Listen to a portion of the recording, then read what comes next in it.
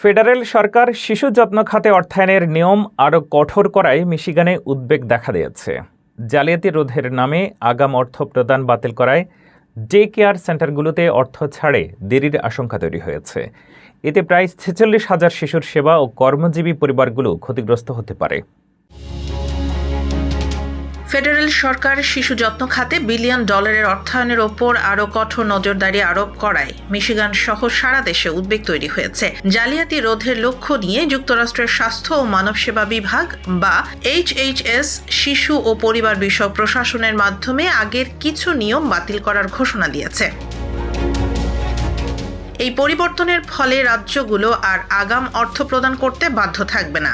এখন যাচাই করা উপস্থিতির ভিত্তিতে শিশু যত্ন প্রদানকারীদের অর্থ পরিশোধ করা যাবে, যা আগের বাইডেন আমলের নিয়ম থেকে বড় ধরনের সরে আসা। ওই নিয়মে শিশু উপস্থিত থাকুক বা না থাকুক ভর্তি সংখ্যার ভিত্তিতে আগাম অর্থ দেওয়ার বাধ্যবাধকতা ছিল।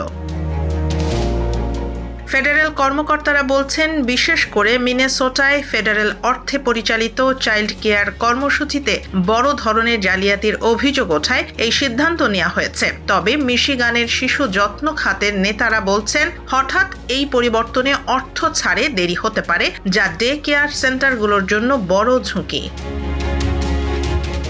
আর্লি চাইল্ড ইনভেস্টমেন্ট কর্পোরেশন জানিয়েছে, মিশিগানে প্রায় ৪৬,০০০-এর বেশি শিশু এই ভর্তুকি কর্মসূচির ওপর নির্ভরশীল। সংস্থাটির মতে, সময়মতো ও নির্ভরযোগ্য অর্থ না পেলে কেন্দ্র বন্ধ হওয়া, কর্মী ছাঁটাই এবং অভিভাবকদের কর্মজীবন ব্যাহত হওয়ার আশঙ্কা রয়েছে।